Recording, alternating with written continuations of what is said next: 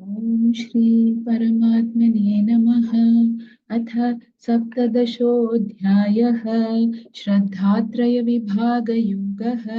अर्जुन उवाच ये शास्त्रविधिमुत्सृज्य यजन्ते श्रद्धयान्विताः तेषां निष्ठा तु का कृष्ण सत्त्वमाहोरजस्तमः। श्रीभगवानुवाच त्रिविधा भवति श्रद्धा देहिनां सा स्वभावजा सात्विकी राजसी चैव तामसी चेति तां शृणु। सत्त्वानुरूपा सर्वस्य श्रद्धा भवति भारत। श्रद्धामयोऽयं पुरुषः यो यच्छ्रद्धः स एव सः। यजन्ते सात्विका देवान् यक्षरक्षांसि राजसाः प्रेतान् भूतगणांश्चान्ये यजन्ते तामसा जनाः। अशास्त्रविहितं घोरं तप्यन्ते ये तपो जनाः दम्भाहङ्कारसंयुक्ताः कामरागबलान्विताः कर्षयन्तः शरीरस्थं भूतग्राममचेतसः मां चैवान्तः शरीरस्थं तान् विद्यासुरनिश्चयान्। आहारस्त्वपि सर्वस्य त्रिविधो भवति प्रियः यज्ञस्तपस्तथा दानं तेषां भेदमिमं शृणु। आयुः सत्त्वबलारोग्यसुखप्रीतिविवर्धनाः रस्याः स्निग्धा स्थिरा हृद्या आहारा सात्विकप्रियाः कट्वं ललवणात्युष्णतीक्ष्णरूक्षविदाहिनः आहारा राजसस्येष्टाः दुःखशोकामयप्रदाः यातयामङ्गतरसं पूतिपर्युषितं च यत् उच्छिष्टमपि चामेध्यं भोजनं तामसः प्रियम्।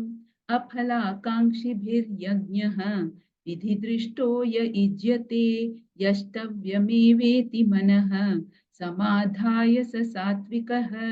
अभिसन्धाय तु फलं दम्भार्थमपि चैव यत् युज्यते भरतश्रेष्ठ तं यज्ञं विद्धि राजसं।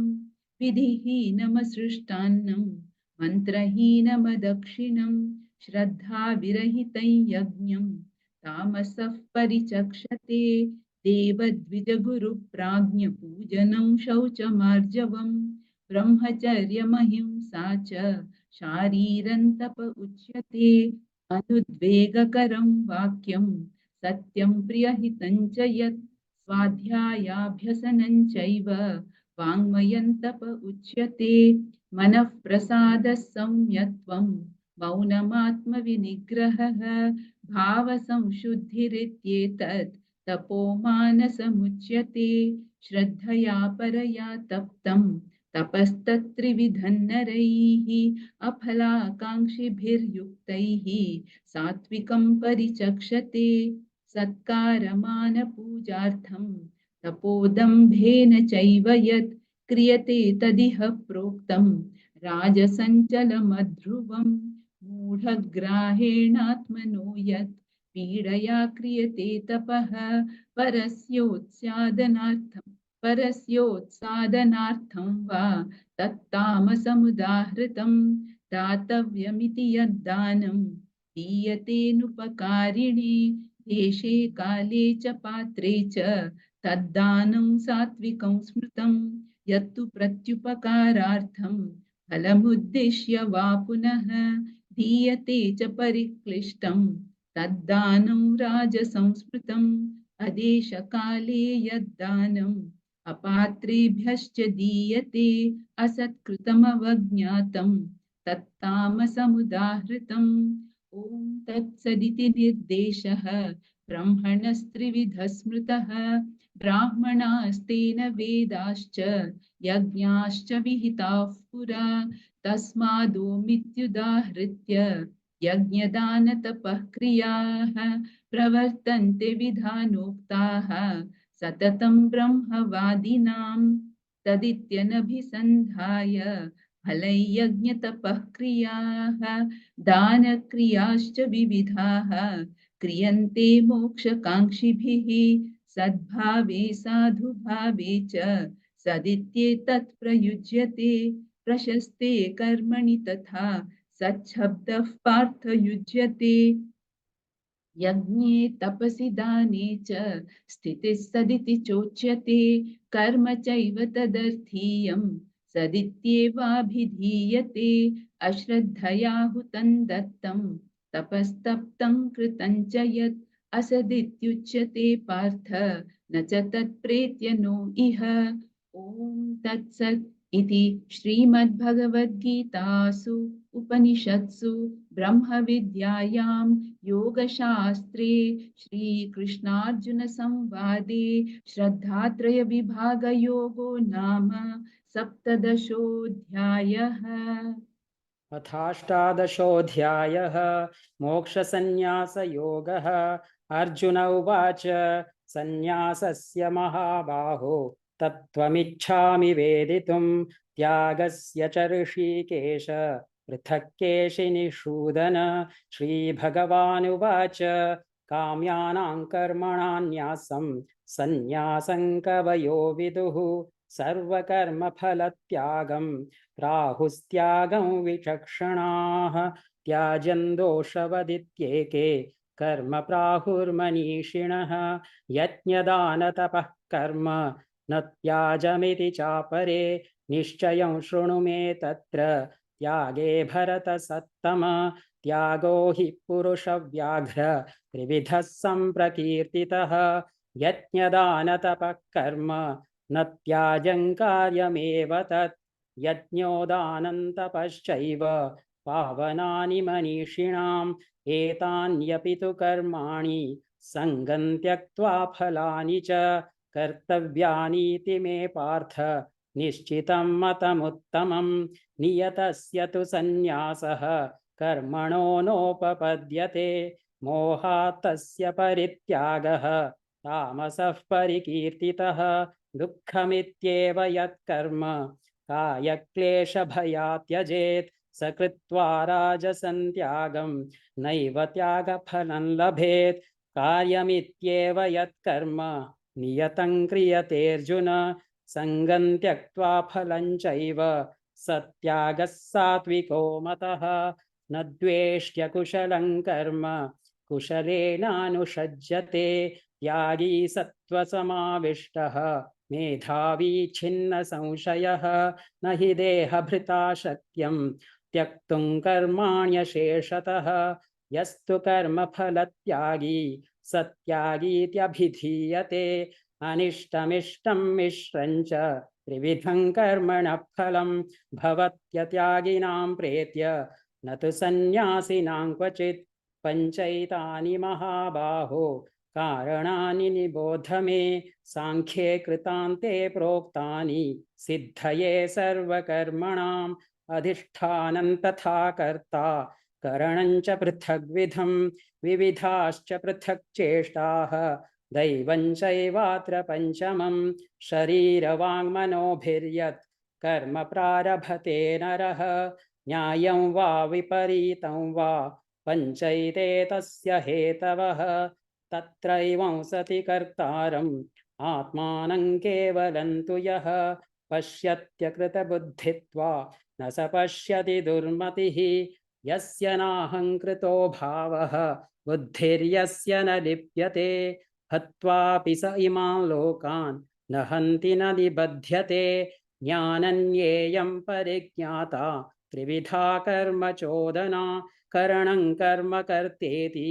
त्रिविधः कर्म संग्रहः ज्ञानं कर्म च कर्ता च त्रिधैव गुणभेदतः प्रोच्यते गुणसङ्ख्याने यथावत् शृणुतान्यपि सर्वभूतेषु येनैकं भावमव्ययमीक्षते अविभक्तं विभक्तेषु तज्ज्ञानं विद्धि सात्विकं पृथक्त्वेन तु यज्ञानं नानाभावान् पृथग्विधान् वेत्ति सर्वेषु भूतेषु तज्ज्ञानं विद्धि राजसं यत्तु कृत्स्नवदेकस्मिन् कार्ये सक्तमहैतुकम् अतत्त्वार्थवदल्पञ्च तत्तामसमुदाहृतं नियतं सङ्गरहितम् अरागद्वेषतः कृतम् अफलप्रेप्सुना कर्म यत्तत्सात्विकमुच्यते यत्तु कामेप्सुना कर्म साहङ्कारेण वा पुनः क्रियते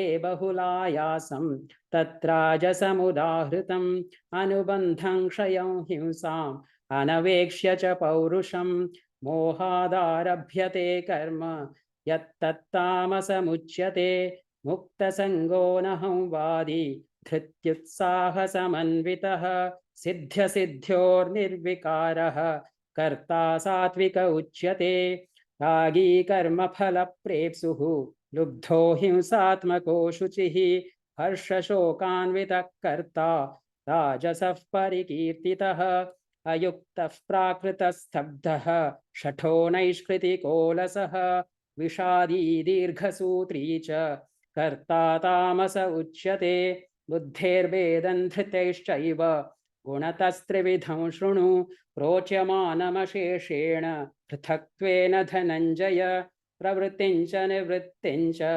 कार्याकार्ये भयाभये बन्धं मोक्षं च या वेत्ति बुद्धिः सा पार्थ सात्विकी यया धर्ममधर्मं च कार्यं चाकार्यमेव च अयथावत् प्रजानाति बुद्धिः सा पार्थ राजसी अधर्मं धर्ममिति या मन्यते तमसावृता सर्वार्थान् विपरीतांश्च बुद्धिः सा पार्थ तामसी धृत्या यया धारयते मनः प्राणेन्द्रियक्रियाः योगेनाव्यभिचारिण्या धृतिः सा पार्थ सात्विकी यया तु धर्मकामार्थान् धृत्या धारयतेऽर्जुन प्रसङ्गेन फलाकाङ्क्षी धृतिः सा पार्थ राजसी यया स्वप्नं भयं शोकं विषादं मदमेव च न विमुञ्चति दुर्मेधा धृतिः सा पार्थ तामसी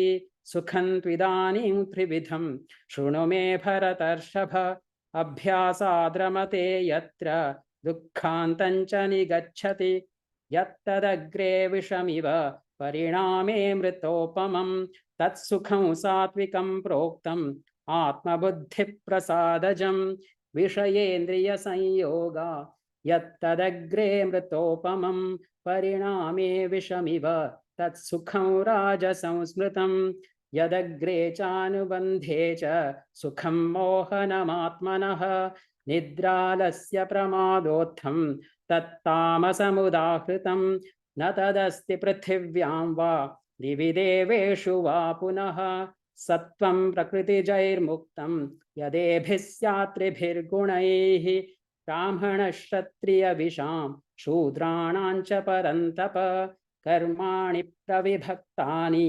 स्वभावप्रभवैर्गुणैः शमोदमस्तपः शौचं क्षान्तिरार्जवमेव च ज्ञानं विज्ञानमास्तिक्यं ब्रह्मकर्म स्वभावजं शौर्यं तेजोधृतिर्दाक्ष्यं युद्धे चाप्यपलायनं दानमीश्वरभावश्च क्षात्रं कर्म स्वभावजं कृषिगौरक्ष्यवाणिज्यं वैश्यकर्म स्वभावजं परिचर्यात्मकं कर्म शूद्रस्यापि स्वभावजं स्वे स्वे कर्मण्यभिरतः संसिद्धिं लभते नरः स्वकर्मनिरतः सिद्धिं यथा विन्दति तच्छृणु यतः प्रवृत्तिर्भूतानां येन सर्वमिदं ततं स्वकर्मणा तमभ्यर्च्य सिद्धिं विन्दति मानवः श्रेयान् स्वधर्मो विगुणः परधर्मात् स्वनुष्ठितात् स्वभावनियतं कर्म कुर्वन्नाप्नोति किल्बिषं सहजं कर्म कौन्तेय सदोषमपि न त्यजेत् सर्वारम्भा हि दोषेण धूमेनाग्निरिवावृताः असक्तबुद्धिः सर्वत्र जितात्मा विगतस्पृहः नैष्कर्म्यसिद्धिं परमां सन्न्यासेनाधिगच्छति सिद्धिं प्राप्तो यथा ब्रह्म तथाप्नोति निबोध मे समासेनैव कौन्तेय निष्ठा ज्ञानस्य या परा बुद्ध्या विशुद्धया युक्तः धृत्यात्मानन्नियम्य च शब्दादीन् विषयान् त्यक्त्वा रागद्वेषौ व्युदस्य च विविक्तसेवी लघ्वाशी यतवाकायमानसः ध्यानयोगपरो नित्यं वैराग्यं समुपाश्रितः अहङ्कारं बलं दर्पं कामं क्रोधं परिग्रहं विमुच्य निर्ममः शान्तः ब्रह्मभूयाय कल्पते ब्रह्मभूतः प्रसन्नात्मा न शोचति न काङ्क्षति समः सर्वेषु भूतेषु मद्भक्तिं लभते परां भक्त्या मामभिजानाति यावान्यश्चास्मि तत्त्वतः ततो मां तत्त्वतो ज्ञात्वा विशते तदनन्तरं सर्वकर्माण्यपि सदा कुर्वाणो मद्व्यपाश्रयः मत्प्रसादात् वाप्नोति शाश्वतं पदमव्ययम् चेतसा सर्वकर्माणि मयि सन्न्यस्य मत्परः बुद्धियोगमुपाश्रित्य मच्चित्तः सततं भव मच्चित्तः सर्वदुर्गाणि मत्प्रसादात् तरिष्यसि अथ चेत्त्वमहङ्कारा न श्रोष्यसि विनङ्क्ष्यसि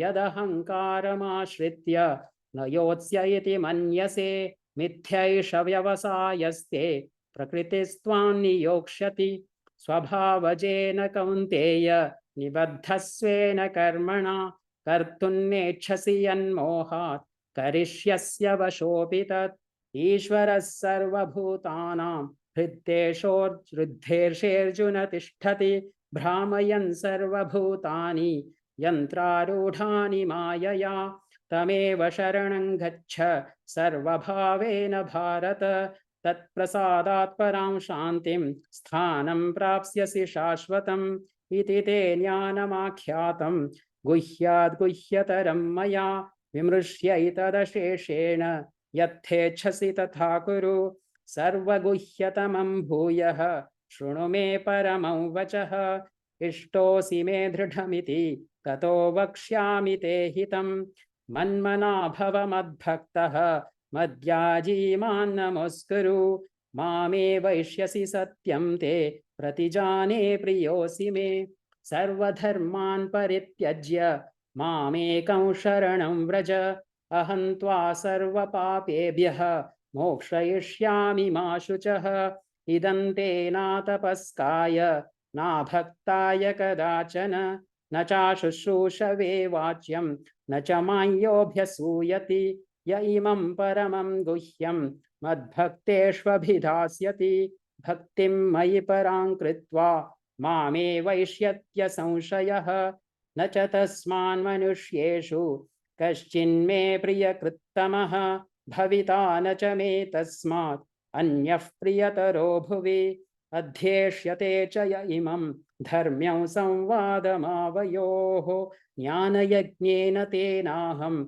इष्टस्यामिति मे मतिः श्रद्धावाननसूयश्च शृणुयादपि यो नरः सोऽपि मुक्तः शुभान् लोकान् प्राप्नुयात् पुण्यकर्मणां कच्चिदेतच्छ्रुतं पार्थ त्वयैकाग्रेण चेतसा कच्चिदज्ञानसम्मोहः प्रणष्टस्ते धनञ्जय अर्जुन उवाच नष्टो मोहस्मृतिर्लब्धा त्वत्प्रसादान्मयाच्युत स्थितोऽस्मि गतसन्देहः करिष्ये वचनं तव सञ्जय उवाच इत्यहं वासुदेवस्य पार्थस्य च महात्मनः संवादमिममश्रौषम् अद्भुतं रोमहर्षणं व्यासप्रसादाच्छ्रुतवान् एतद्गुह्यमहं परं योगं योगेश्वरात् कृष्णात् साक्षात् कथयतः स्वयं राजन् संस्मृत्य संवादमिममद्भुतं केशवार्जुनयोः पुण्यं हृष्यामि च मुहुर्मुहुः तच्च संस्मृत्य संस्मृत्य रूपमत्यद्भुतं हरेः विस्मयो मे महान् राजन् हृष्यामि च पुनः पुनः यत्र योगेश्वरः कृष्णः यत्र पार्थो धनुर्धरः तत्र श्रीर्विजयो भूतिः ध्रुवा नीतिर्मतिर्मम यत्र योगेश्वरः कृष्णः यत्र पार्थो धनुर्धरः तत्र श्रीर्विजयो भूतिः ध्रुवा नीतिर्मतिर्मम यत्र योगेश्वरः कृष्णः यत्र पार्थो धनुर्धरः तत्र श्रीर्विजयो भूतिः ध्रुवा नीतिर्मतिर्मम। ॐ तत्सत् इति श्रीमद्भगवद्गीतासु उपनिषत्सु ब्रह्मविद्यायां योगशास्त्रे श्रीकृष्णार्जुनसंवादे मोक्षसंन्यासयोगो नामाष्टादशोऽध्यायः। अथ गीतामाहात्म्यम्।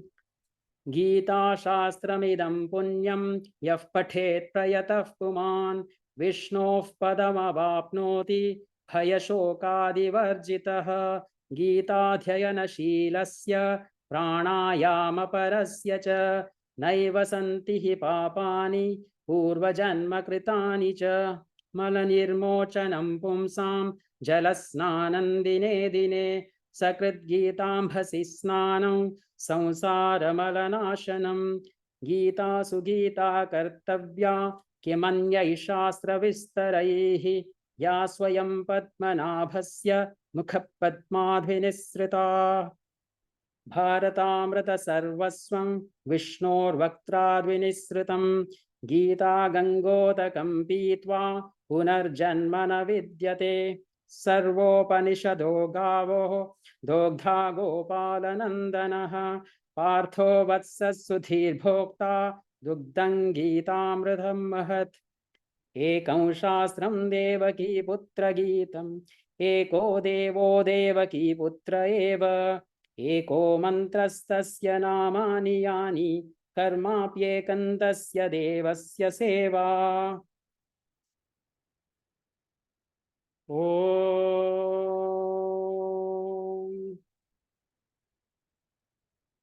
ॐ